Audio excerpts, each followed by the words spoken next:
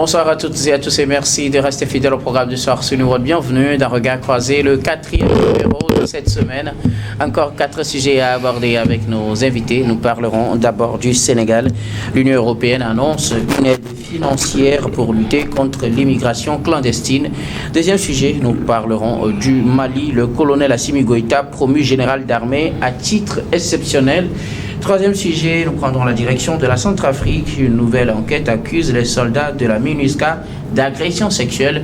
Et nous terminerons bien évidemment par le Togo pour parler d'éducation, lancement de la construction de 250 salles de classe. Et pour en parler ce soir, deux invités sur ce plateau. Avec moi, Robert Kossigan Akwete, vous êtes analyste politique et président de l'AJD, Alliance de Jeunesse Développement. Bonsoir Kossigan Akwete et bienvenue.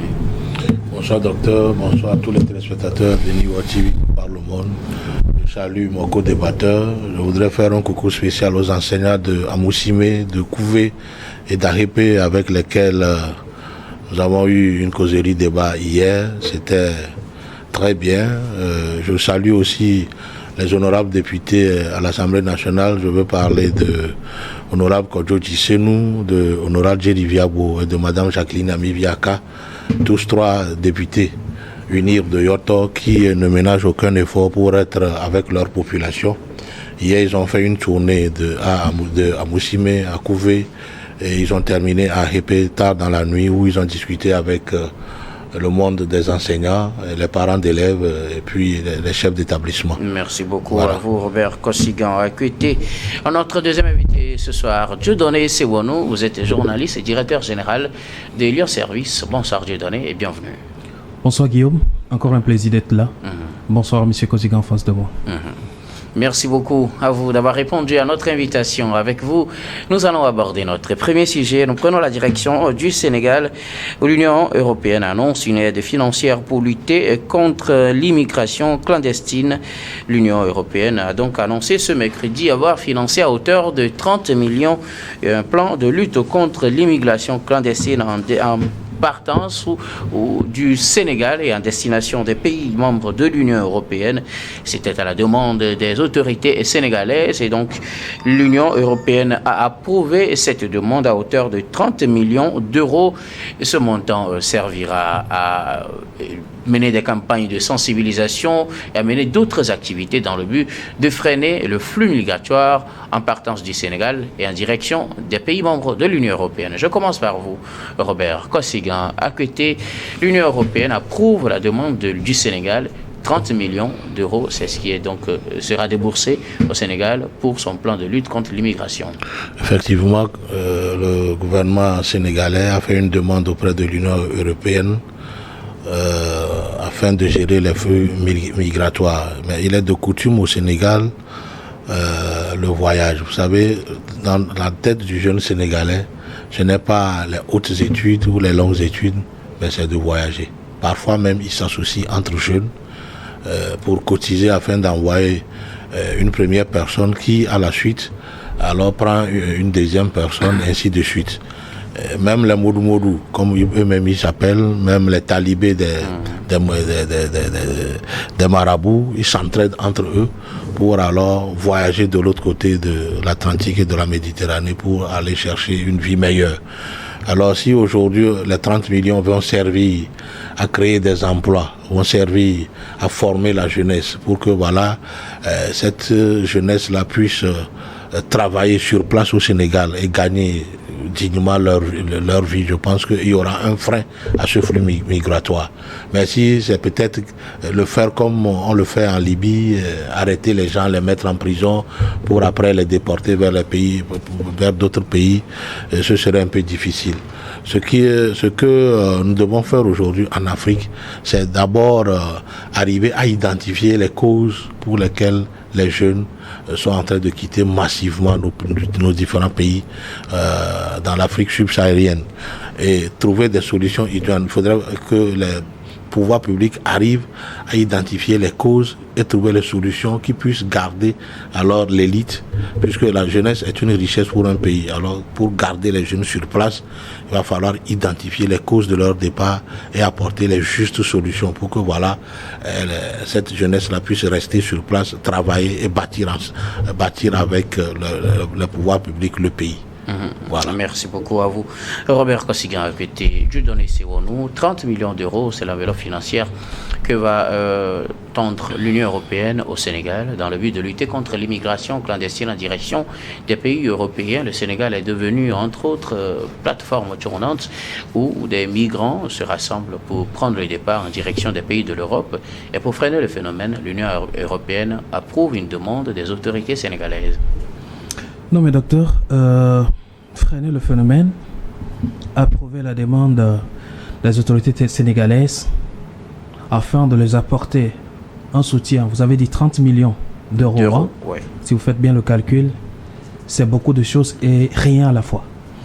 Alors, 30 millions d'euros pour aider les autorités sénégalaises à lutter contre l'immigration clandestine. À qui fait plus mal l'immigration clandestine ?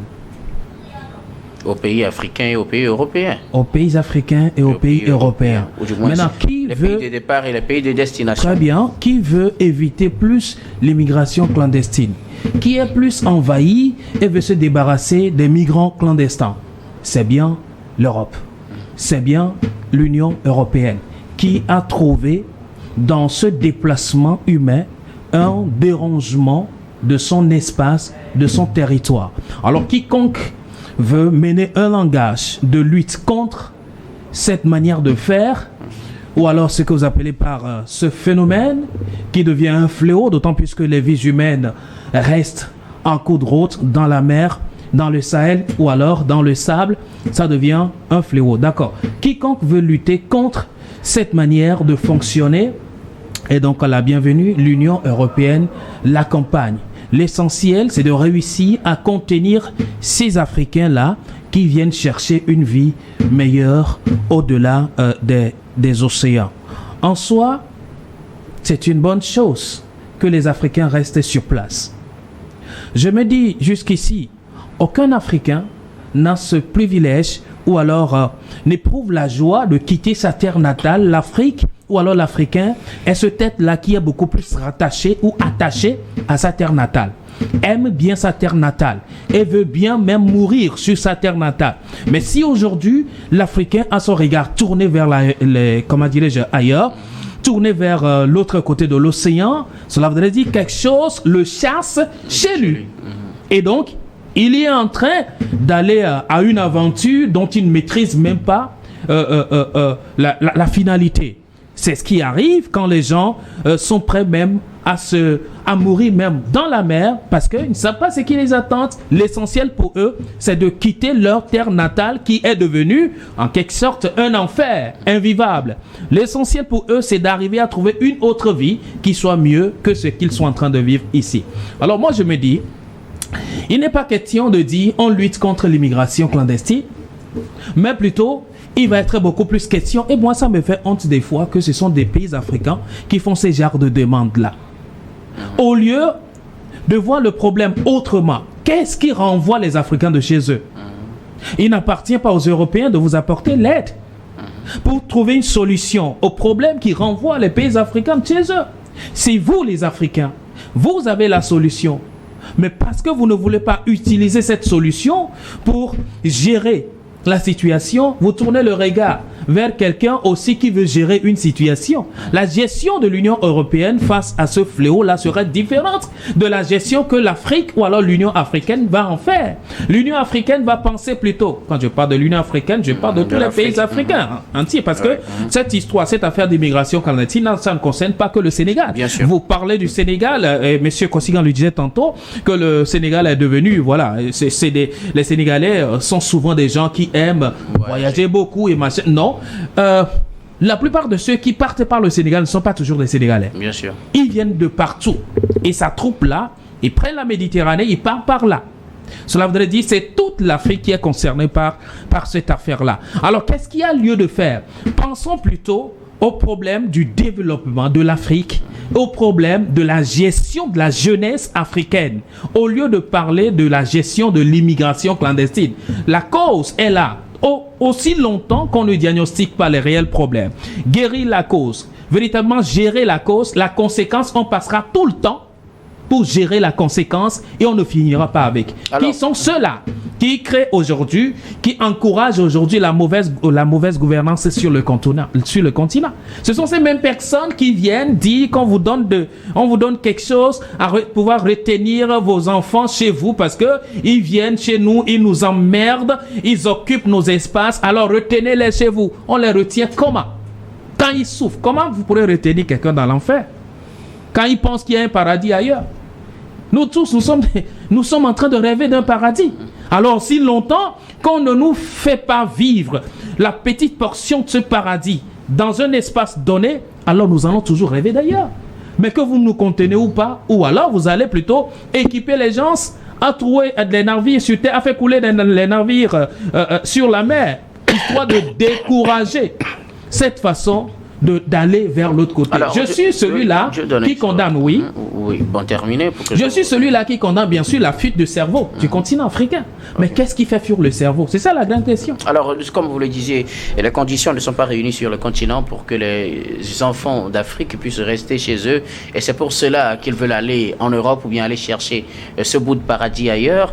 Alors, l'objectif de ce montant, les 30 millions qui font banalement un peu plus de 19 milliards de francs CFA, c'est d'arriver à mettre 19 milliards de francs CFA. C'est d'arriver à mettre en place peut-être les mécanismes qui retiennent les jeunes, si c'est la création d'emplois, si c'est, ils disent que ça va permettre de mettre en place un plan de sauvegarde de ceux qui meurent souvent en Méditerranée. Quand on parle du Sénégal, on se rappelle les derniers naufrages des bateaux des migrants. Donc cela permettra de les sauver au cas où il y aura de telles catastrophes et aussi de mener des actions de sensibilisation pour leur faire comprendre que l'Europe n'est pas forcément le paradis et qu'on peut trouver ce bout de paradis chez soi en restant dans son pays. Nous tous, nous le savons. Eh bien, les Sénégalais le savent. Les migrants, là, le savent très bien que l'Europe n'est pas le paradis. Que le paradis, on peut se le créer partout. Mais qui va créer ce paradis-là? Une chose est de me dire, il n'y a pas que... Comment dirais-je? Là, il n'y a pas le paradis là-bas. Tu peux rester aussi dans le paradis chez toi.